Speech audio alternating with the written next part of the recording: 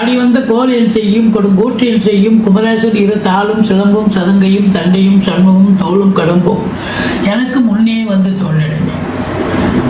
ஓம் அனுமந்தாய வித்மகே வாயுபுத்திராய தீமகே தந்தனோ மாருதி பிரச்சோதியா பட்டீஸ்வரம் ஸ்ரீ விஸ்வதுர்கையே போற்றி.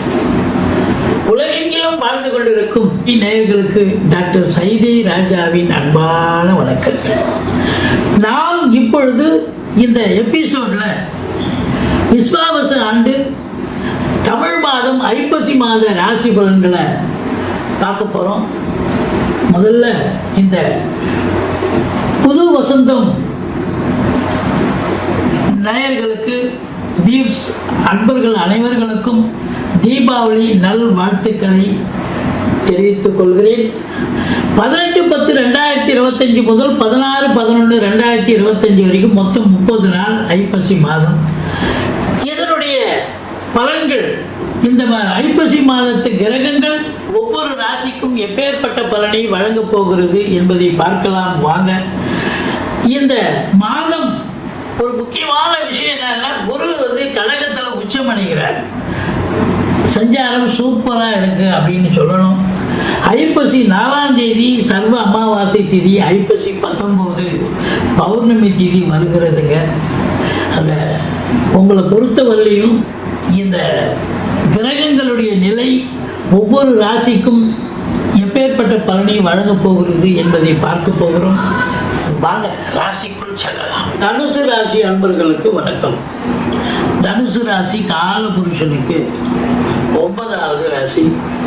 இந்த தமிழ் மாதம் ஐப்பசி மாதம் இந்த கிரகங்கள் இந்த ராசிக்கு எப்பேற்பட்ட பலனை வழங்கப் போகிறது என்பதை பார்க்கலாம் வாங்க.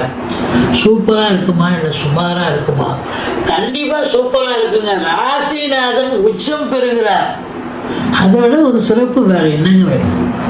ராசிநாதன் உச்சம் என்ன, அவரை பொறுத்தவரை உச்சம் பெற்றால் வாழ்க்கையில் சகல சம்பத்தும் உங்களுக்கு கிடைக்கும். குரு இல்லையா, அவர் தங்க நகையை வாங்கி கொடுப்பார், பொருளாதாரத்தில் சுபிட்சத்தை கொடுப்பார், என்ன நினைக்கிறீங்களோ அதை சாதிக்கக்கூடிய நிலையை ஏற்படுத்துவார். குறிப்பாக பார்த்தீங்கன்னா உங்களுக்கு அவர் 1க்கும் 4க்கும் ஆதிபத்தியம் பெற்று 4ஆம் இடத்தை பார்க்கிறார்.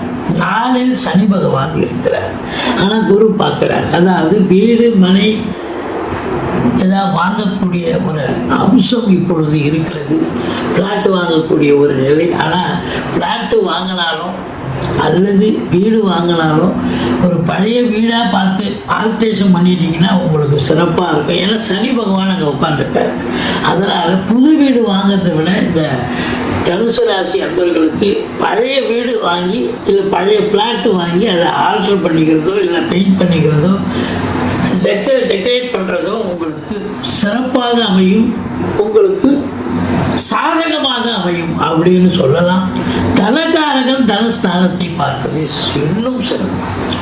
மூலம் பூராடம் உத்திராடம் முதல் பாதம் உள்ளடக்கியது. பணம் மழை பொழியக்கூடிய ஒரு காலம். தனகாரகன் தனஸ்தானத்தை பார்க்கிறார். அது மட்டுமல்ல, உங்களுக்கு 11 சுக்கிரன் 11 ஆட்சி பீடம் ஏறுகிறார். இது அற்புதத்திலும் அற்புதம். 5 செவ்வாய் ஆட்சி பெற்று குரு பார்வையில் இருக்கிறார். இப்படி கிரகங்களுடைய சஞ்சார நிலைகளை பார்க்கும் பொழுது மிக மிக உன்னதமான சஞ்சார நிலை. 9 சூரியன் கூட 11 அமர்ந்து நீச்ச பங்கம் பெறுகிறார். ஆனால் மைனஸ்ன்னு பார்த்தீங்கன்னா 9 கேது இருக்கார். அதாவது தந்தைக்கும் உங்களுக்கும் கருத்து வேறுபாடு வரும். எச்சரிக்கையாக இருங்க. வெளியூர் வெளிநாட்டு பயணம் செல்வதாக இருந்தால் உங்களுடைய தாஸ்தா வெஞ்சிக்களை சரிவர எடுத்து செல்லுங்கள். மற்றபடி ஆன்மீகத்தில் அதிக நாட்டம் இருக்கும். ஆலய வழிபாடுகள் செய்வீர்கள், நன்கொடைகள் வழங்கி மகிழ்வீர்கள் அப்படின்னு சொல்லலாம். இன்னொரு முத்தாய்ப்பான ஒரு செய்தி, ராகு 3இல் இருக்கிறார். 3ஆம் இடத்துல ராகு இருந்தாலே சூப்பருங்க, கொடுத்து வைக்கணும். அப்போ இந்த ராகுவுக்கு கூட உங்களுக்கு நல்ல நிலையை ஏற்படுத்துவார். அதாவது தொழில் ரீதியாக உத்தியோக ரீதியாக சாதிப்பீர்கள். எந்த முயற்சி எடுத்தாலும் அது கண்டிப்பாக இமாலயம் வெற்றி பெற்று சம்பாத்தியம் கிடைக்கும். இம்போர்ட்டிங் எக்ஸ்போர்ட் பிஸ்னஸ் பண்ணக்கூடியவர்களுக்கு சிறப்பான நேரம் மாதம் இது என்று சொல்லலாம். எலக்ட்ரானிக்கல் குட்ஸ், கம்ப்யூட்டர் சென்டர் வச்சு நடத்துகிறவங்க, மற்றபடி உங்களுக்கு பார்த்தீங்கன்னா லேப்டாப் இது போல் சாதனங்கள், மின்சார சாதனங்களை செய்யக்கூடியவர்கள், அதை விற்பனை செய்யக்கூடியவர்கள், மற்றபடி பயன்படுத்தக்கூடியவர்கள், இவங்களுக்கெல்லாம் சிறப்பான நேரம். ஆனால் இளைய சகோதரர்களுக்கும் உங்களுக்கும் கருத்து வேறுபாடு வரும். நாளில் சனி அர்த்தாசிரம சனி என்று சொல்லலாம். ஆனால் குரு பார்வையில் இருப்பதால் சனி கெடுதல் பண்ண மாட்டார். ஏன்னா குரு பார்க்க கோடி நன்மை. இம்மி அளவு கூட அர்த்தாசிரம சனியினுடைய தாக்கம், அதாவது கெடுபலன் நிச்சயமாக அமையாது. ஆனால் சனி பார்வை கொடியது. 6ஆம் இடத்தை பார்ப்பதால் எதிரிகளால் உங்களுக்கு பிரச்சனை வந்தாலும் நீங்கள் ஜெயிக்கக்கூடிய நேரம். மற்றபடி உங்களுக்கு கடன் சுமை இருப்பவர்களுக்கு கொஞ்சம் விழிப்பிருங்க வைத்துவிடும்.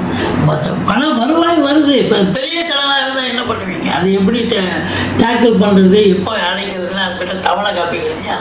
அது மட்டுமல்ல, உங்களுக்கு தேக ஆரோக்கியத்தில் ஒரு சிலருக்கு உச்சமடைகிறார் குரு ராசிநாதன். இருந்தாலும் 6ஆம் இடம் ரணரோக சத்துரு ஸ்தானம்.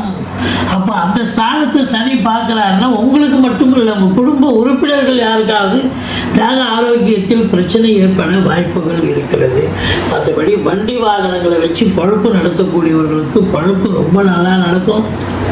அசையா சொத்துக்கள், வீடு, வாடகை, கடை, இதெல்லாம் வாடகை மூலம் வாடகை நல்லா கிடைக்கக்கூடிய, ரெவென்யூ கிடைக்கக்கூடிய ஒரு அற்புதமான ஒரு மாதம்.